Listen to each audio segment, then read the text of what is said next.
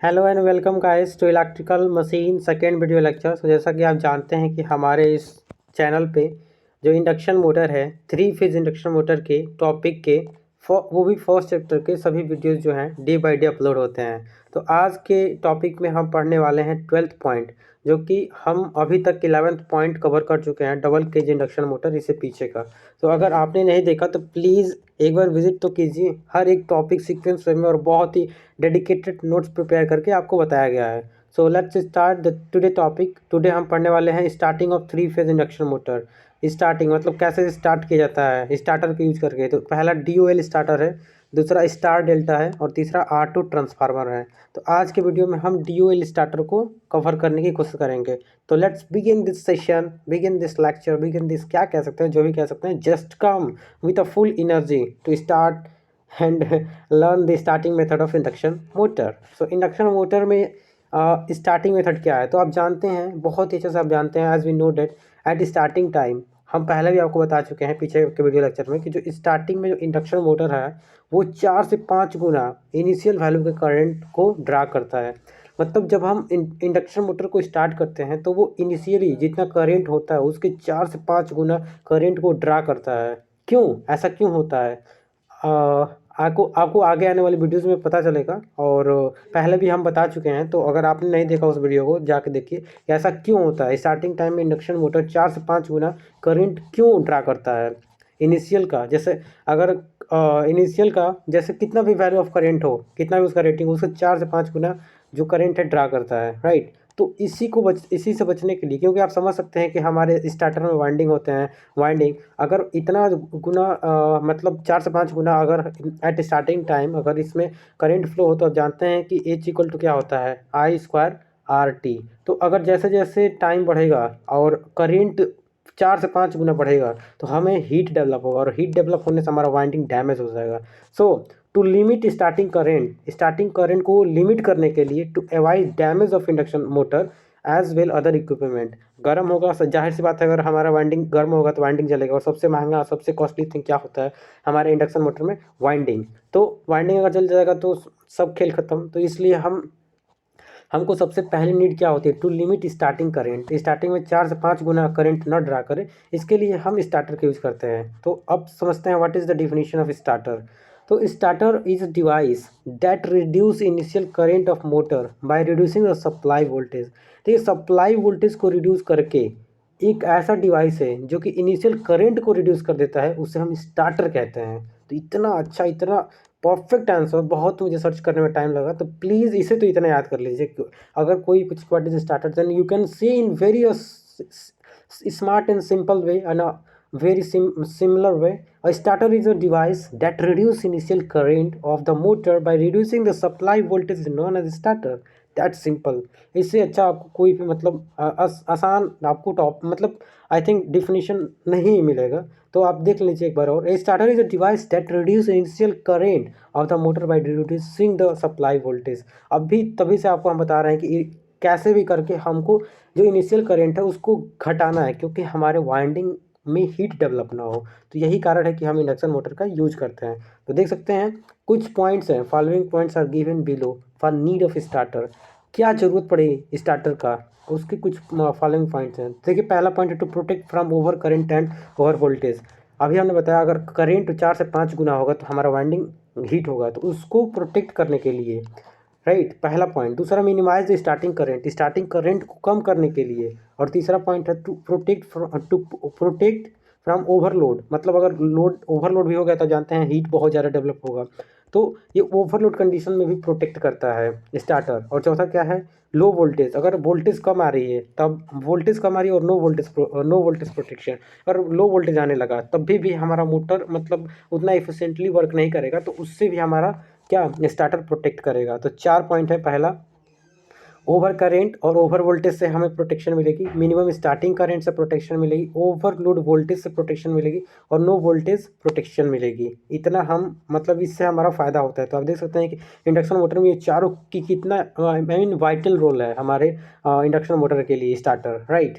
सो अब चलते हैं कितने प्रकार के होते हैं हमारे स्टार्टर। तो देखिए there are specially 3 type of starter for squirrel cage induction motor. देखिए स्क्वायरल केज इंडक्शन मोटर के लिए स्पेशली मुख्यतः 3 प्रकार के स्टार्टर होते हैं। आप सुने होंगे, नहीं सुने होंगे तो आज सुन लेंगे। बहुत ही अच्छा इसका नाम है DOL। DOL means direct online starter, star delta starters, R2 transformer starters. तो जो ये DOL है, डायरेक्ट ऑनलाइन स्टार्टर, इसका यूज जो होता है हम 5 हॉर्स पावर के मोटर के लिए करते हैं या उससे कम। मतलब 5 हॉर्स पावर के मोटर से कम जो भी मोटर होती है उसमें DOL स्टार्टर का यूज करते हैं। अभी आप कंस्ट्रक्शन देखेंगे, बहुत अच्छे से इसका वर्किंग समझेंगे कि DOL स्टार्टर क्या होता है, कैसे वर्क करता है। और इसका जो रेटिंग होता है DOL स्टार्टर का 5 हॉर्स पावर से कम मोटर के लिए यूज किया जाता है। उसके बाद आता है दूसरा star delta starter. Star delta starter जो होता है 5 से 20 हॉर्स पावर के लिए यूज किया जाता है, 5 to 20 हॉर्स पावर। और ये ऑटो ट्रांसफार्मर है, इसको 20 हॉर्स पावर से अधिक के लिए यूज किया जाता है। तो आपको यहाँ सोचने की ज़रूरत है कि DOL starter, star delta, auto transformer ये स्क्वायरल केज के लिए क्यों यूज हो रहे हैं। क्या हम इसको स्लिप रिंग में नहीं यूज कर सकते हैं? तो नहीं जी, क्यों?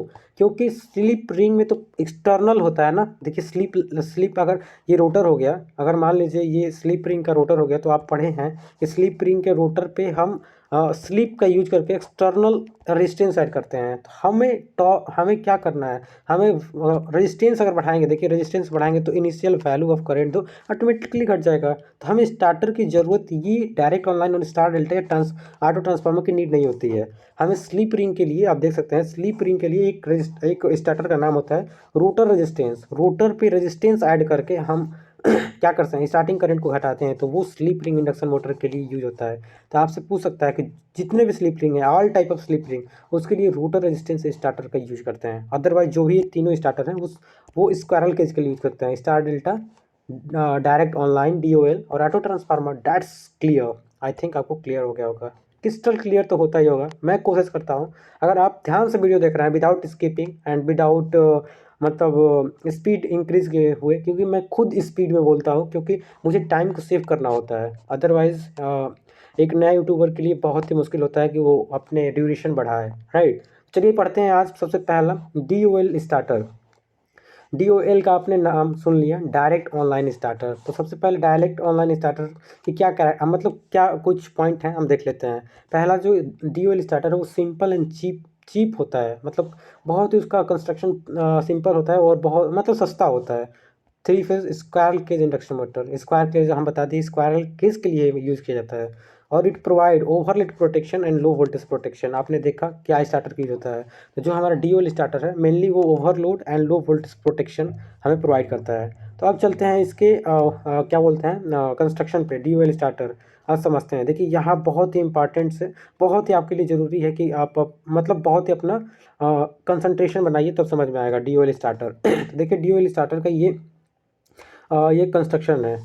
तो आप देख सकते हैं कैसे ये वर्क करता है। तो आप देखिए जो ये मतलब ये जो कुंडली है, कुंडली कह सकते हैं देखिए हिंदी पढ़ रहे हैं, ये जो कॉइल है, ये जो कॉइल है मतलब अपने में मतलब जैसे देखिए अगर आर फेज यहाँ जा रहा है तो ये जो सर्किट है कंप्लीट नहीं हुई है। कंप्लीट कब होगा जी, जब ये दोनों टच करेंगे।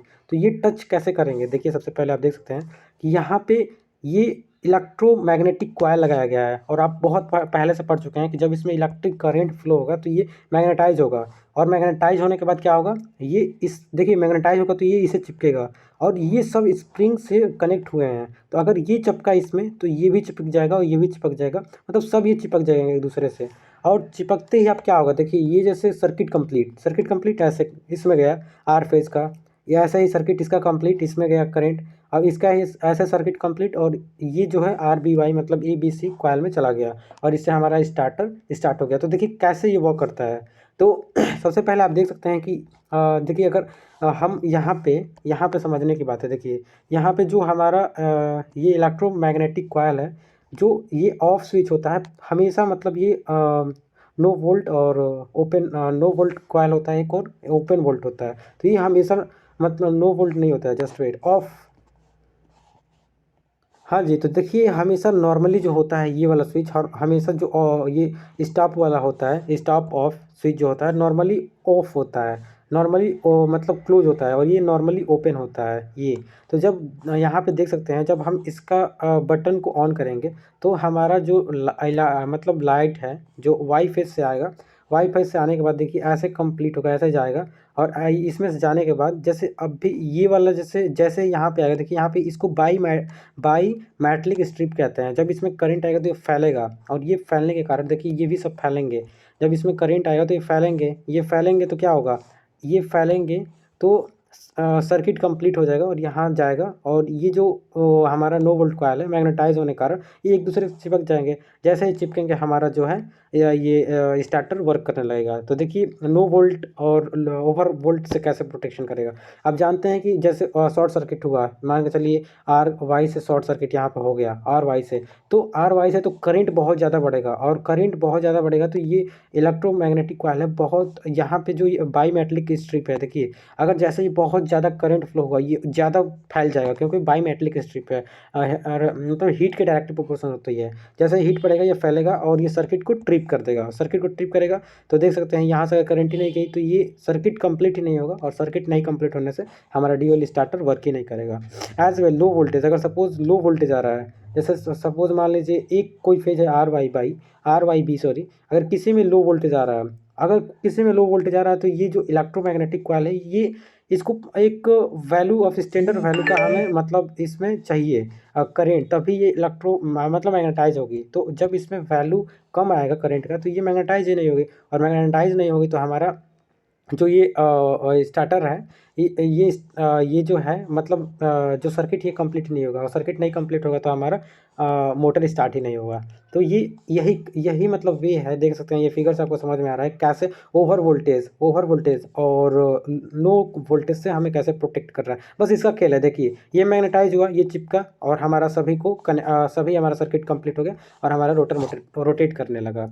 और अगर एक फेज में लाइन कम आई तो ये इलेक्ट्रोमैग्नेटाइज ही नहीं होगा और सर्किट कंप्लीट नहीं होगी। That simple. आई होप आपको DOL स्टार्टर समझ में आया होगा। तो ये आप देख सकते हैं कैसे ये मतलब करंट को कम कर रहा है। देख सकते हैं ये जो कंस्ट्रक्शन है ये स्टार में है, और स्टार कनेक्शन में आप जानते हैं कि जो करंट का वैल्यू होता है वो कम, करंट का वैल्यू जो होता है वो जितना करंट इसमें होता है फेज में उतना ही लाइन में होता है।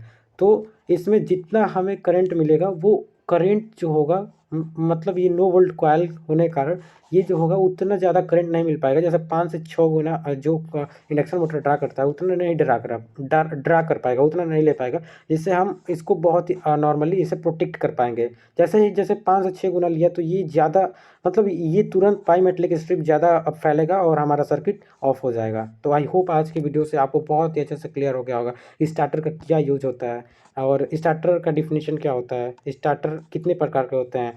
तो lastly I would like to say, अगर आपको कोई भी कन्फ्यूजन है तो please comment on this channel and don't forget to share it. Thank you.